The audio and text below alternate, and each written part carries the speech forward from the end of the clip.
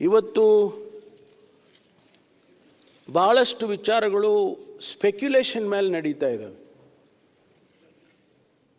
ಹೀಗಂತೆ ಹಾಗಂತೆ. ನಾನು ಮಾಧ್ಯಮ ಸ್ನೇಹಿತರಿಗೆ ವಿನಂತಿ ಮಾಡಿಕೊಳ್ತೇನೆ, ಇದು ಭಾಳ ಸೆನ್ಸಿಟಿವ್ ಆಗಿರ್ತಕ್ಕಂಥ ವಿಚಾರ. ಇದು ರಾಜ್ಯದ ಜನತೆ, ಲಕ್ಷಾಂತರ ಕೋಟ್ಯಾಂತರ ಜನ ಭಕ್ತಾದಿಗಳು ಆ ಒಂದು ಧರ್ಮಸ್ಥಳಕ್ಕೆ ನಡ್ಕೊಳ್ತಾ ಇರ್ತಕ್ಕಂಥ ಅವ್ರ ಮನಸ್ಸಲ್ಲಿ ಕೂಡ ಏನೋ ಆತಂಕ ಇದೆ, ಎಲ್ಲೋ ಒಂದು ಡೌಟ್ ಬಂದಿದೆ. ಅದನ್ನು ಬಹಳ ಎಚ್ಚರಿಕೆಯಿಂದ ನಾವು ಸರ್ಕಾರ ತೀರ್ಮಾನ ಮಾಡಬೇಕಾಗ್ತದೆ. ಭಾಳಷ್ಟು ಜನ ಇದನ್ನು ಸ್ಪೆಕ್ಯುಲೇಟ್ ಮೇಲೆ ಬರೀತಾರೆ, ಪತ್ರಿಕೆಯಲ್ಲಿ ಬರೀತಾರೆ, ಮಾಧ್ಯಮದಲ್ಲಿ ತೋರಿಸ್ತಾರೆ. ಸೆಕೆಂಡಿಗೂ ಕೂಡ ವಿಚಾರಗಳನ್ನು ಬೇರೆ ಬೇರೆ ರೀತಿಯಲ್ಲಿ ಮಾಡ್ತಕ್ಕಂಥದ್ದನ್ನು ನೋಡ್ತಾ ಇದ್ದೇವೆ ಕಳೆದ 10, 15, 20 ದಿವಸದಿಂದ. ಇದು ಆಗಬಾರ್ದು. ಮಾನ್ಯ ವಿರೋಧ ಪಕ್ಷದ ನಾಯಕರು ಮತ್ತು ಸದಸ್ಯರುಗಳು ಕೂಡ, ನನಗೆ ಗೊತ್ತಿಲ್ಲ, ಇಷ್ಟು ಪ್ರಾರಂಭ ಆದಾಗಿಂದ ಅವರ ರಿಯಾಕ್ಷನ್ಸ್ಗಳೇನು ಬಂದಿರಲಿಲ್ಲ. ಇಲ್ಲ, ಇನ್ವೆಸ್ಟಿಗೇಷನನ್ನು ಕೆಲವರು ಸ್ವಾಗತ ಮಾಡಿದರು. ಹೌದು, SIT ಮಾಡಿರೋದು ಸರಿ ಇದೆ. ಕೆಲವರು ಸ್ವಾಭಾವಿಕವಾಗಿ ಇಲ್ಲ, SIT ಮಾಡಬಾರ್ದಾಗಿತ್ತು ಅಂತಕ್ಕನ್ನವರು ಕೂಡ ಇದ್ದಾರೆ. ಆದರೆ ಏಕಾಏಕಿಯಾಗಿ ಒಂದು 15 ದಿವಸದ ನಂತರ ತಾವು ಇಷ್ಟೊಂದು ಗಂಭೀರವಾಗಿ ಈ ವಿಚಾರವನ್ನು ತೆಗೆದುಕೊಂಡು ಸದನದಲ್ಲಿ ಬೇರೆ ಬೇರೆ ವ್ಯಾಖ್ಯಾನಗಳನ್ನು ಮಾಡಿಕೊಂಡು, ತಮ್ಮ ಉದ್ದೇಶ ಏನು ಅಂತ ಗೊತ್ತಾಗಲಿಲ್ಲ ನನಗೆ. ಈ ಇನ್ವೆಸ್ಟಿಗೇಷನ್ನು ಸರಿಯಾಗಿ ಆಗಬೇಕಾ, ಸತ್ಯ ಹೊರಗಡೆ ಬರಬೇಕಾ,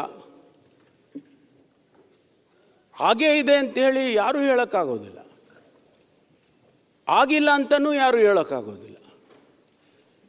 ಈ ಇನ್ವೆಸ್ಟಿಗೇಷನ್ ಆಚೆ ಬಂದರೆ, ಒಂದು ವೇಳೆ ಇಲ್ಲ ಏನೂ ಆಗಿಲ್ಲ ಅಂತ ಅಂದ್ಕೊಳ್ಳೋಣ, ಧರ್ಮಸ್ಥಳದ ಗೌರವ ಮತ್ತು ಹೆಚ್ಚುತ್ತಲ್ವ?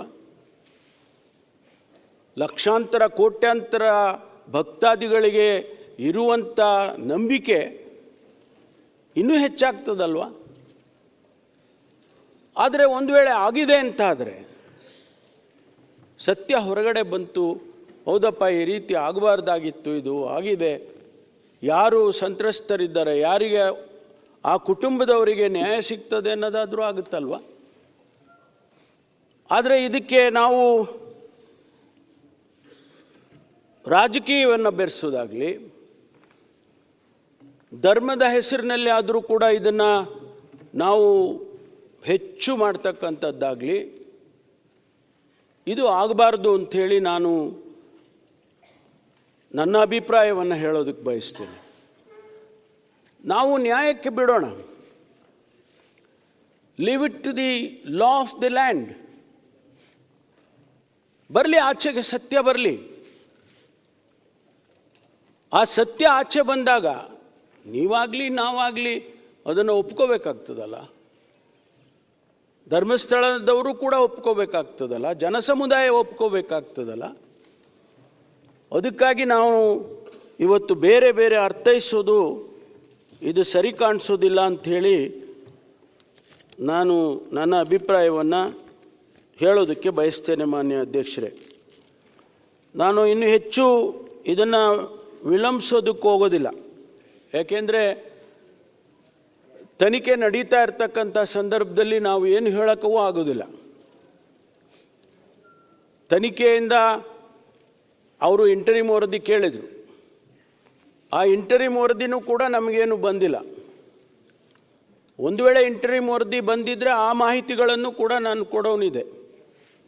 ಆದರೆ ಸಂಪೂರ್ಣವಾಗಿ ಆದಷ್ಟು ಶೀಘ್ರವಾಗಿ ತನಿಖೆಯನ್ನು ಮಾಡಬೇಕಂತ ಅಷ್ಟೇ ನಾವು ಅವರಿಗೆ ಹೇಳ್ಬೋದು. ಅಷ್ಟೇ ಬಿಟ್ಟರೆ ನಾವು ಹೀಗೆ ಮಾಡಿ 1 ತಿಂಗಳಲ್ಲಿ ಮುಗಿಸಿ, 2 ತಿಂಗಳಲ್ಲಿ ಮುಗಿಸಿ, 15 ದಿವಸದಲ್ಲಿ ಮುಗಿಸಿ ಅಂತ ಹೇಳೋದಕ್ಕಾಗೋದಿಲ್ಲ. ಆದ್ದರಿಂದ ಏನು ಇವತ್ತು ನಡೀತಾ ಇದೆ, ಈ ತನಿಖೆ ನಡೀತಾ ಇದೆ, ಮಾನ್ಯ ಗೌರವಾನ್ವಿತ ವಿರೋಧ ಪಕ್ಷದ ನಾಯಕರಲ್ಲಿ ಮತ್ತು ಗೌರವಾನ್ವಿತ ಸದಸ್ಯರಲ್ಲಿ ನಾನು ಮನವಿ ಮಾಡೋದು, ನೀವು ಸಹಕರಿಸಬೇಕು.